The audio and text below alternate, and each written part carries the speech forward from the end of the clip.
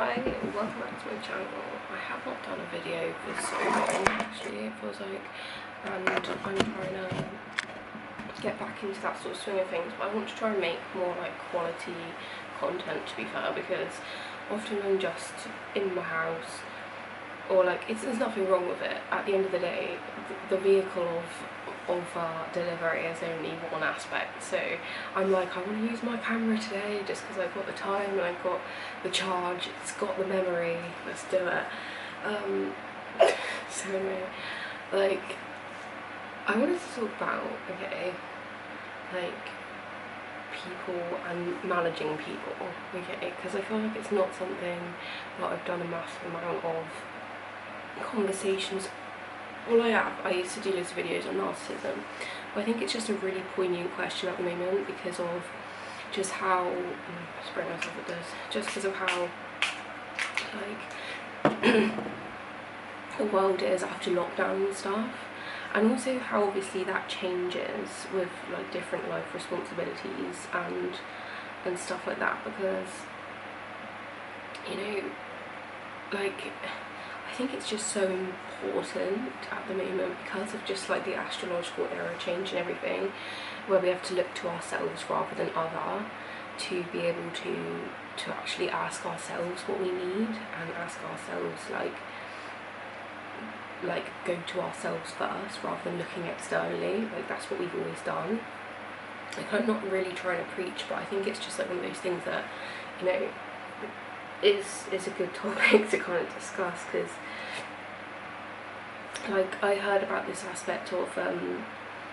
like mental kind of, it's basically like, say you're in a, I don't do therapy, but I've done some sort of like therapeutic style practice stuff before, like, you know, me doing that, like I've spoke about mental health in the past, but it's almost like a therapeutic like maneuver, so you can like be like,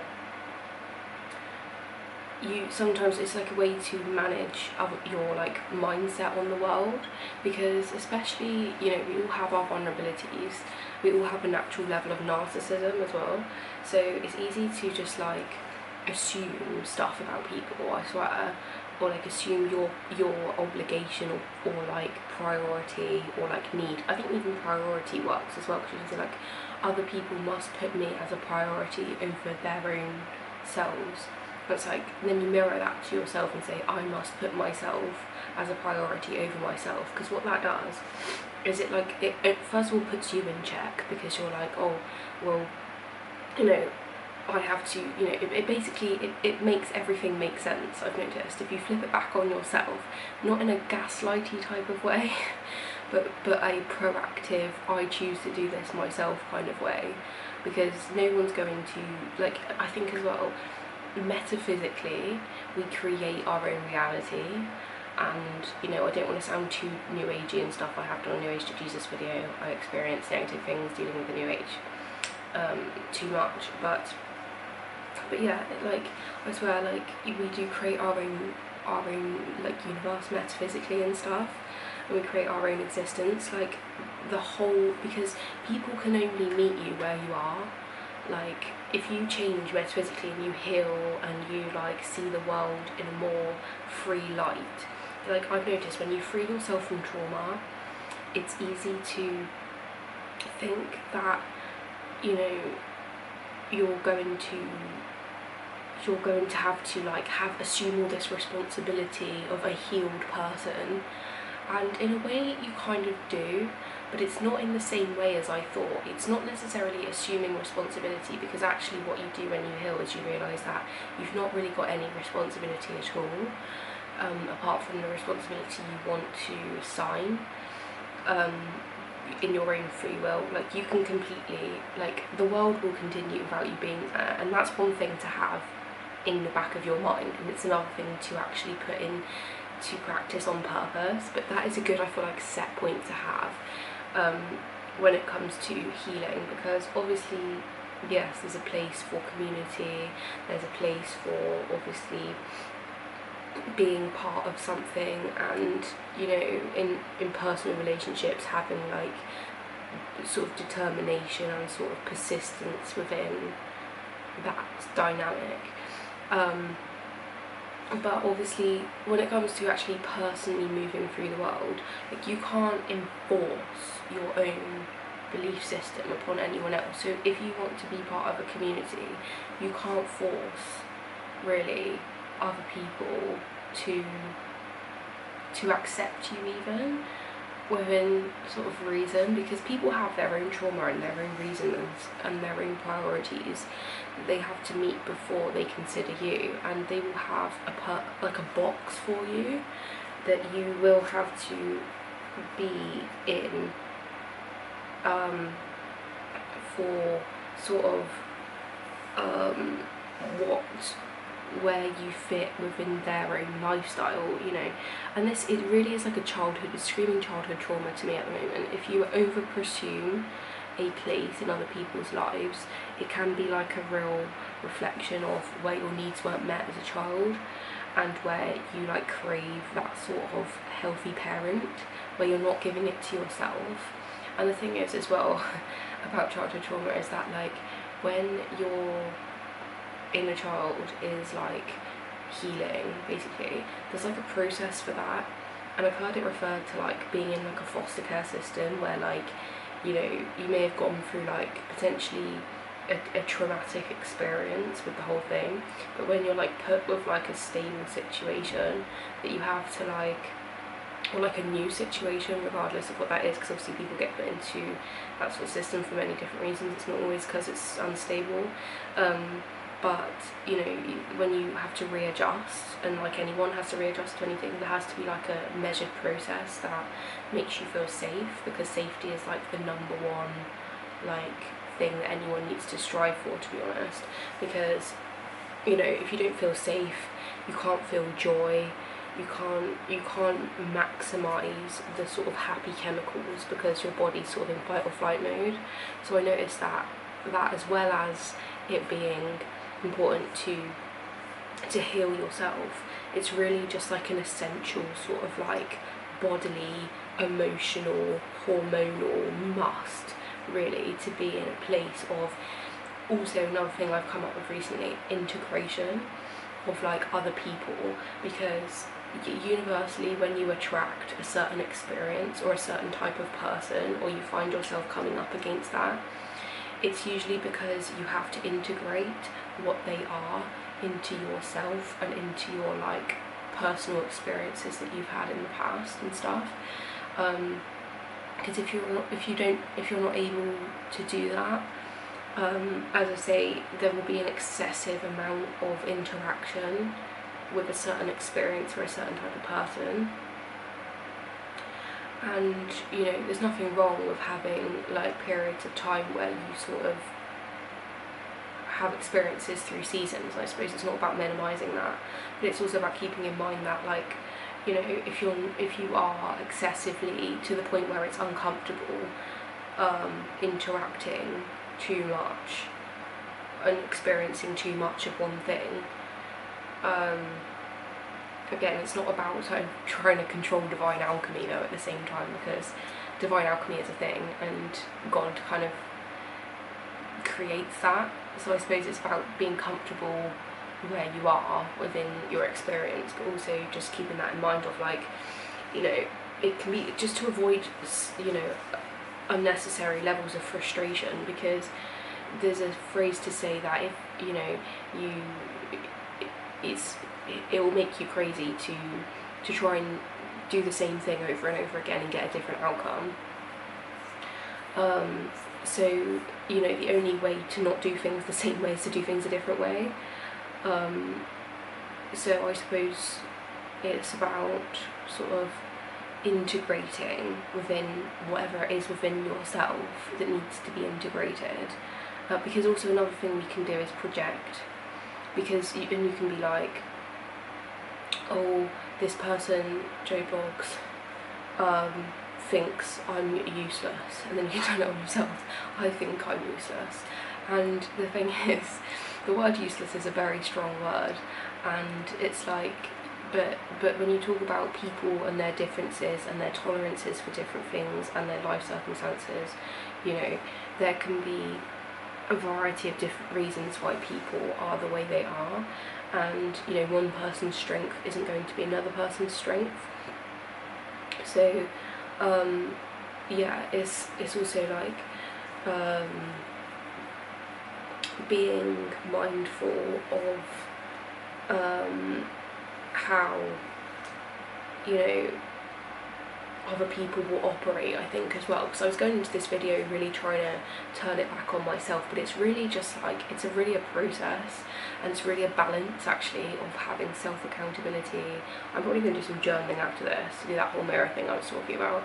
but it's really a balance of accountability,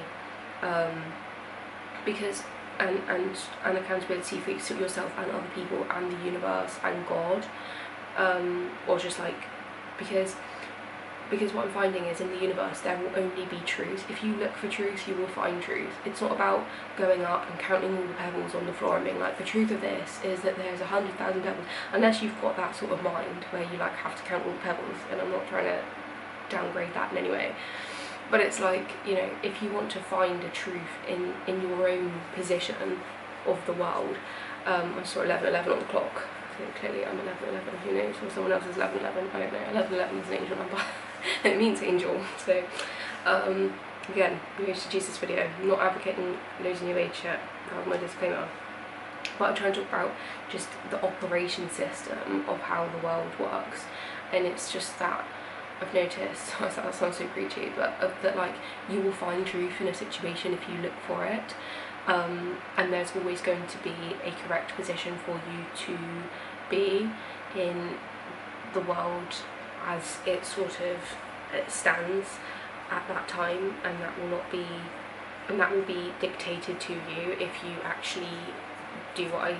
do. One way of doing it is to, as I say, rationalize stuff through the mind, because the mind is so, it really just, you know, makes me interested, to be honest, how the mind is a specific like organ, right, and your soul is like a specific organ. Is your mind an organ? Is your soul an organ? It's a part of your body, let's just use that. It's not necessarily an organ, but they can't connote each other. Your mind can't connote your soul, and your soul can't connote your mind. And it just baffles me, to be honest, because the mind gets so confused and caught up with just a variety of like things, and gets so distracted and puts stuff so out of proportion and creates all different stories to understand where the soul is. And I know that sounds probably quite like broad, but when sort of like your soul is in a particular place, you know, you could, that, you know, nature feeds your soul, good relationships that are fitting to you feed your soul, but your mind is sort of fed, I suppose, by stimulation, and maybe that's where the paradigm is, and that's the reason why your mind is a certain way and your soul is a certain way, but often they don't necessarily link up and it's quite a sort of messy process in theory when you've got sort of two mismatched parts of the body, because, you know, your soul is thinking, because at a baseline, really, if any of us are going to take accountability for where, as I say, it's tricky to actually be absolutely sure of where you stand in situations, and this is why, as I say, when you, like, the mind, it gets so confused basically if you're in difficult situations, like, you know, this is where, like, rationalizing stuff can really be helpful, and I think it's actually, I don't want to say necessary, because everyone can make their own decisions, and I suppose, as I say, your level of childhood trauma will affect the fact, or your life trauma will affect how you actually want to engage with the world and everything like that, or just your circumstances, I suppose. But yeah, like, you know, we can I feel like people can assume so much responsibility over other people and over themselves, and over their lives. And there's a quote in the Bible that says, "Thou shalt not covet," or something. I think covetousness is like a massive sin. And when I realised, when I sort of try to undo my sort of religious conditioning, because I was brought up Catholic, it makes me think that, you know, the seven sins? Yeah, the 7 main sins: greed, lust, this and that. It's okay to have a degree of them, but it's about having them sort of under your own personal control. And covetousness, like, you can covet, like, sometimes sort of like anything to do with like relationships, or metaphysically you can covet stuff. Like, you can be like, oh, I can only enjoy things today. Like, there's one thing of having like a positive mindset, and there's another thing to have like a mindset where you will only accept positivity, you won't tolerate negativity, and like you won't tolerate like things going wrong and stuff like that. Like, there can be reasons for that. Like, people can fall on like the ASD spectrum and stuff, where they struggle with change and stuff like that. But I suppose regardless though, everyone is different, and regardless of what label you want to put on people, you know, there's still sort of universal laws that you can work with, I suppose. So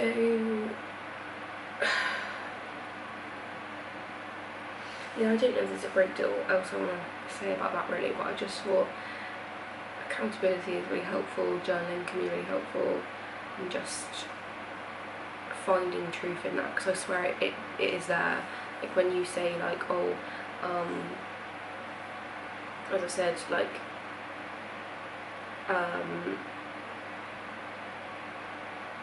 you can basically just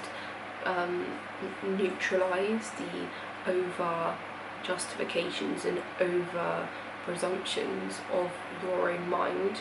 and how it jumps to certain conclusions when it's stressed,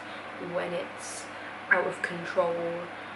you know, and really just make yourself much more grounded. I've noticed that's kind of what I'm trying to say, and I feel like that's what I'm going to do. I'm going to go and journal shortly, but I hope this video suits someone, and thanks for listening.